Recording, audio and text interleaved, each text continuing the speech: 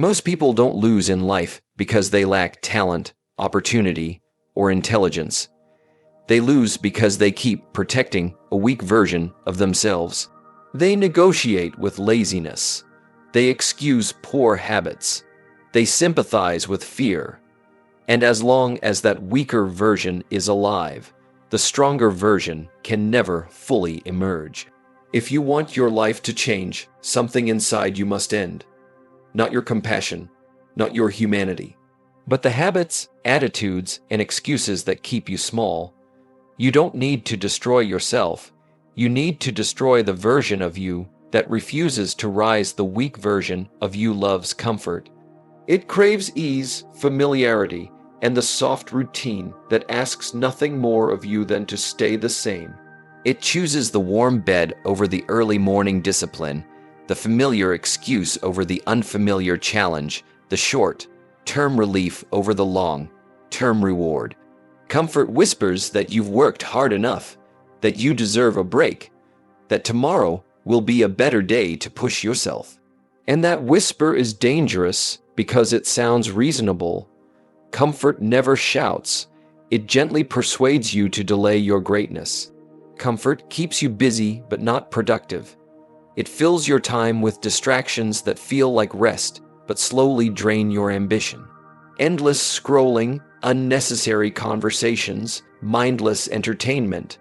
None of these feel harmful in the moment, yet together they quietly steal your future. The weak version of you mistakes movement for progress, activity for achievement. It stays occupied to avoid the discomfort of real effort. But progress demands focus, and focus is uncomfortable because it forces you to confront what you've been avoiding. The weak version of you also negotiates with discipline. It doesn't reject hard work outright. It simply postpones it. Just one more day, it says, just one more excuse. And each time you agree, discipline weakens while comfort grows stronger. Discipline is built in moments when no one is watching, when quitting would be easier than continuing. Comfort robs you of those moments. It convinces you that consistency is optional, that standards can be lowered without consequence. But life always collects the price later, with interest. Comfort gives you the illusion of safety. It tells you that staying where you are is less risky than stepping into the unknown. Yet nothing is more risky than a life of stagnation. Skills fade, confidence shrinks, and opportunities pass quietly while you wait to feel ready. Growth will always feel uncomfortable because it demands change, and change challenges identity. The weak version of you resists that discomfort, not realizing that discomfort is the price of becoming someone better. The strongest people understand this simple truth. Comfort must be managed, not eliminated, but never allowed to lead. They choose discipline even when motivation is absent. They do the hard thing first and earn comfort later. They understand that every time they lean into discomfort, they weaken the weak version of themselves and strengthen the person they are becoming. Comfort is a reward, not a lifestyle. And the moment you stop living for ease and start living for growth, the weak version of you begins to lose its grip. The weak version of you also thrives on excuses. It survives by explaining instead of improving, by justifying instead of changing. It is incredibly clever when it comes to sounding reasonable. It says the timing isn't right, the conditions aren't perfect, the support isn't there yet. It convinces you that your reasons are valid, even noble. But here's the truth most people avoid. Excuses don't remove the cost of inaction. They only delay when you pay it. Life doesn't accept explanations as payment. It only responds to results. Excuses give the weak version of you emotional comfort. They protect your ego from discomfort and failure. As long as there is an excuse, there is no need to confront personal responsibility. Blame can be placed on circumstances, people, luck, or past experiences. And for a moment, that feels relieving. But every excuse you accept quietly transfers your power to something outside of you. The moment you blame, you surrender control. Personal growth begins the instant excuses end. The weak version of you doesn't say, "I won't do it." That would be too honest. Instead, it says, "I can't right now." It delays action with endless preparation, waiting for motivation, waiting for confidence, waiting for approval. But motivation follows action, not the other way around. Confidence is built by doing, not by thinking. While you wait for perfect conditions, life moves on. Opportunity favors those who act, while others explain. Excuses also shrink your standards. What you once knew you should do slowly becomes optional. The discipline you promised yourself fades into flexibility, and flexibility, when used carelessly, becomes weakness. Each excuse lowers the bar just a little, until one day you look back and realize you've accepted a life far below your potential. Not because you failed once, but because you compromised repeatedly. Strong people don't have fewer problems. They have fewer excuses. They understand that hardship is not an exception. It is part of the process. They adjust their strategy, not their commitment. When something doesn't work, they ask better questions instead of telling better stories. They say, "What can I improve?" instead of "Why is this happening to me?" That shift in thinking changes everything. The weak version of you wants to be understood. The strong version of you wants to be effective. Excuses may earn sympathy, but they never earn progress. The day you stop explaining your situation and start correcting your behavior is the day your life begins to move forward.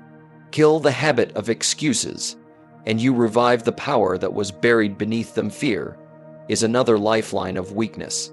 It feeds the fragile version of you and keeps it alive by magnifying uncertainty and shrinking possibility.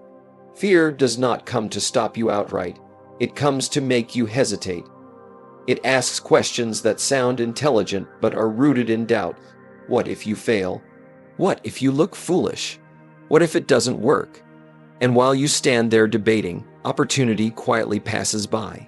Fear's greatest weapon is delay.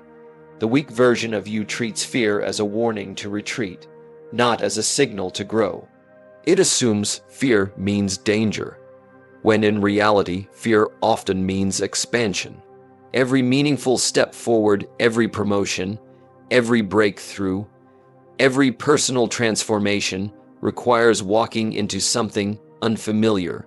Fear shows up precisely because you are leaving the old version of yourself behind. Yet the weak version clings to what is known, even if it is painful, because pain that is familiar feels safer than growth that is unknown. Fear also disguises itself as logic. It pretends to be caution, realism, or maturity. It says you should wait until you're more prepared, more confident, more experienced. But preparedness is built through action, not avoidance. Confidence is the result of doing hard things repeatedly, not thinking about them endlessly. The longer you listen to fear, the louder it becomes. Fear grows through obedience and shrinks through confrontation. The weak version of you is especially afraid of judgment. It worries about opinions, criticism, and rejection. It wants approval before action, permission before progress. But the truth is, people will judge you whether you move forward or stay stuck. At least if you move forward, you gain experience, strength, and self-respect. You cannot build a powerful life while being governed by the opinions of others. Freedom begins when approval is no longer your currency. Fear also convinces you that failure is final. It paints failure as proof that you are incapable, rather than feedback that you are learning. Strong people understand that failure is not the opposite of success. It is part of the path to it. Every attempt, successful or not, builds skill, insight, and resilience. The weak version of you avoids failure and therefore avoids growth. The strong version of you accepts failure and therefore earns progress. Courage is not a personality trait reserved for the few. It is a decision available to all. Courage is choosing action while fear is present. Each time you act despite fear, you weaken its grip. Each time you retreat, you strengthen it. Fear loses its power the moment you stop asking for permission to move forward. Kill the version of you that waits for fear to disappear. Fear will always exist at the edge of your next level. Walk forward anyway. On the other side of fear is competence. On the other side of competence is confidence. And on the other side of confidence is the life the weak version of you never believed was possible. The weak version of you is also impatient. It wants results immediately, rewards instantly, and success without the season of struggle. It is uncomfortable with waiting, uneasy with repetition, and easily discouraged when progress doesn't show up on schedule. It asks, "Why is this taking so long?" instead of asking, "What is this season teaching me?" Impatience blinds you to the quiet work that is happening beneath the surface. The weak version of you underestimates the power of time. It forgets that everything meaningful grows slowly. Skills take time to sharpen, character takes time to build, strength takes time to develop, yet impatience demands shortcuts. It looks for hacks instead of habits, quick wins instead of solid foundations. And shortcuts always lead to fragile success. Success that collapses under pressure because it was never properly built. Impatience also creates inconsistency. When results don't appear quickly, effort fades. The discipline that was once strong becomes optional. The routine becomes negotiable. The weak version of you mistakes early struggle for failure and quits just before progress begins. Most people don't fail because they aren't capable. They fail because they stop too soon. They leave the field while growth is still loading. The weak version of you wants proof before commitment. It wants guarantees before effort, but life doesn't work that way. Commitment comes first, evidence comes later. Farmers don't dig up seeds every day to check if they're growing. They trust the process, water consistently, and wait for the harvest. Impatience digs up seeds prematurely and then wonders why nothing grows. Impatience also weakens belief.